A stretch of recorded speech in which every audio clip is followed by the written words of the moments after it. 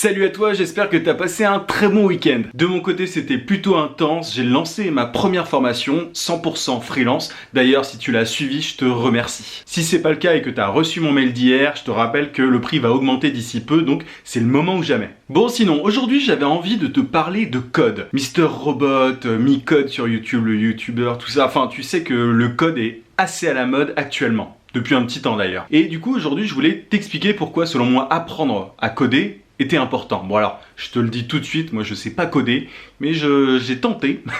J'ai tenté et puis je pense que je retenterai. Il y a beaucoup d'avantages à ça, donc on va en parler tout de suite. Juste avant d'en parler, je t'invite à mettre un gros pouce bleu à cette vidéo et à t'abonner à la chaîne si c'est pas déjà fait. Allez, c'est parti!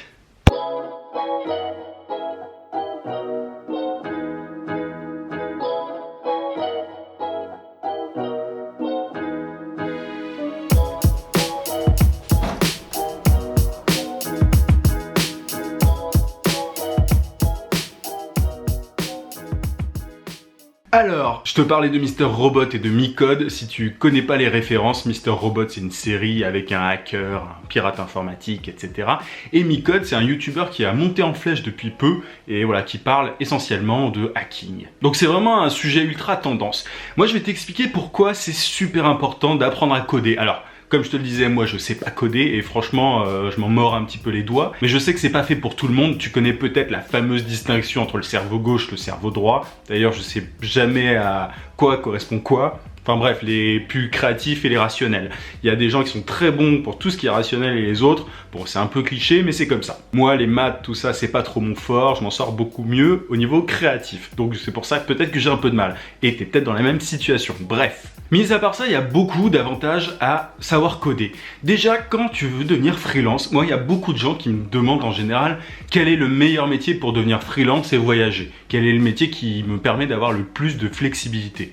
Pour moi, c'est le métier de développeur, codeur, t'appelles ça comme tu veux. Pourquoi ça? Déjà parce qu'il y a beaucoup de demandes. Tu sais, c'est un métier qui est assez technique et il n'y a pas forcément encore énormément de monde sur le marché. Enfin, il y en a, mais il y a plein de spécialisations, etc. possibles. Du coup, c'est vraiment un marché à prendre. C'est pas pour rien que l'école 42 de Xavier Niel cartonne actuellement. Parce que c'est à la mode, ok, mais aussi parce qu'il y a énormément de demandes et t'es quasiment sûr derrière d'avoir un boulot. Tu peux profiter de ça pour faire du freelancing. Voilà, quand tu codes sur ton ordinateur, t'as pas besoin d'être face à face avec un client. Tu peux faire ça à distance, tu peux faire ça en voyageant sans aucun problème. En plus, tu peux bien gagner ta vie. Je crois que parmi les différents métiers en tant que freelance, pour commencer, je crois que c'est un des meilleurs. Donc ça fait quand même un gros argument pour toi si tu veux te lancer en freelance. Comparé à d'autres métiers comme rédacteur, community manager et tout, enfin, il y a plus d'obstacles en fait pour devenir codeur, développeur. Du coup, il y a moins de monde derrière et comme il y a énormément de demandes, faut en profiter. Si t'aimes ça, évidemment. Donc ça concerne la partie freelancing. Il y a un autre avantage par rapport aux différents métiers du web. C'est le fait de pouvoir comprendre un petit peu comment se font les choses. Tu vois, moi là je lance des formations sur internet et j'y connais rien en code, donc forcément je galère beaucoup plus. J'utilise des outils qui sont parfois en plus un peu chers pour faire ceci, cela, alors je pourrais l'automatiser si je savais le faire. Donc c'est aussi un argument, moi j'aimerais beaucoup savoir coder pour pouvoir faire un petit peu ce que je veux à ce niveau-là et pas être bloqué par des logiciels payants qui coûtent une fortune. Alors un autre argument, ça concerne le growth hacking, si on le dit à l'américaine, le gros hacking en français. Le gros hacking, c'est le marketing appliqué aux startups, en gros. C'est du web marketing pour dire ça grossièrement. En gros hacking, justement, il y a beaucoup d'automatisation possible. Souvent, l'idée c'est d'avoir des techniques un petit peu, un peu malines, créatives, et derrière qui utilisent du code. Donc tu utilises à la fois ton cerveau droit et ton cerveau gauche. Le problème c'est que la plupart du temps on est soit l'un soit l'autre. Moi j'aimerais beaucoup savoir coder justement pour ça. Parce que pour la croissance de ma chaîne YouTube, tu sais que j'utilise des moyens d'automatisation et qui encore une fois me coûtent un peu cher à cause de différents logiciels et encore je fais pas exactement tout ce que je veux. Savoir coder me permettrait d'aller au-delà de ça et d'exécuter exactement toutes les idées que je veux comme je veux. D'ailleurs, il y a tout un tas de débats autour de ça dans le monde du gros hacking sur est-ce que les gros hackers doivent être codeurs ou pas. Il y en a certains qui disent oui, d'autres non. Enfin, c'est un petit peu la guerre. Je pense qu'on est forcément plus d'un côté que de l'autre, plus créatif que codeur et inversement. Le gros hacker parfait, je pense pas qu'il existe. Enfin, il doit y en avoir forcément, mais c'est compliqué. Parce que ce sont des qualités qui sont totalement différentes. Mais c'est aussi pour ça que si tu es créatif, c'est quand même bien de pondérer un petit peu avec de la technique. Je te dis souvent qu'il faut que tu mises sur tes qualités et que tu t'embêtes pas avec ce que tu sais pas faire. Alors oui, mais dans une certaine mesure, c'est quand même intéressant de te pencher sur tout ce que tu ne sais pas faire, justement pour pouvoir derrière, au pire, le déléguer. Si tu n'apprends pas à coder, il faut quand même que tu comprennes le code, ce qui est possible de faire avec le code. Je te donne un exemple très concret de ce que je pourrais faire pour ma chaîne YouTube ou autre, avec du code. Je pourrais très bien automatiser des trucs sur Facebook pour pouvoir ajouter des gens en masse et leur envoyer un message personnalisé. Et pour ça, moi, je suis obligé d'utiliser des logiciels qui coûte cher, alors que je pourrais ne pas en avoir besoin. Donc tu vois, c'est un peu dommage.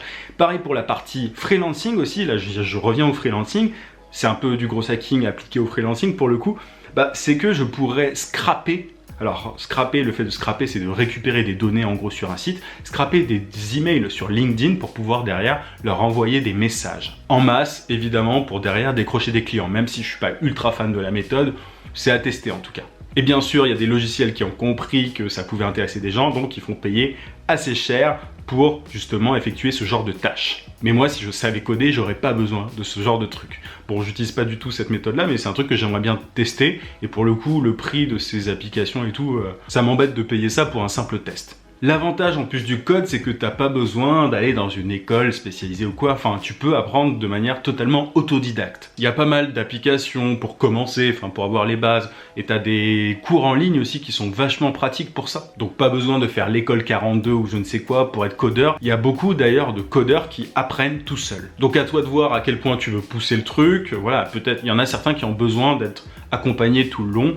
J'imagine que c'est plus facile, comme pour tout. Mais en tout cas, si t'as pas envie d'y mettre des sommes démentielles, t'es pas obligé. Moi, j'avais suivi des trucs. Il y avait une application qui était vachement bien. Je regarde ça sur mon portable si je l'ai encore.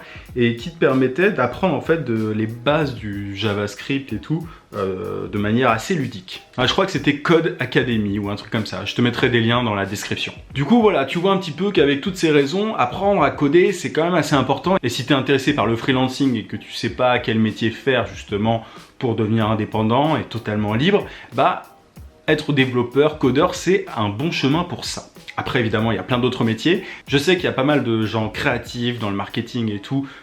En tant que freelance, j'en suis l'exemple typique. Mais je sais qu'il y a énormément de demandes dans des métiers plus techniques. Plus techniques, quand je dis plus technique, c'est où tu mets vraiment la main à la pâte. Et le métier de codeur, il est un peu dans cette situation-là. Donc voilà un petit peu ce que je pense du code. Moi, je pense que je vais m'y remettre un petit peu plus dès que j'ai plus le temps, parce que c'est un truc qui m'intéresse vraiment. C'est juste que c'est pas, je suis pas très doué pour ça, mais c'est important que je comprenne certaines choses pour derrière pouvoir déléguer. J'espère que cette vidéo t'aura plu et t'aura aidé.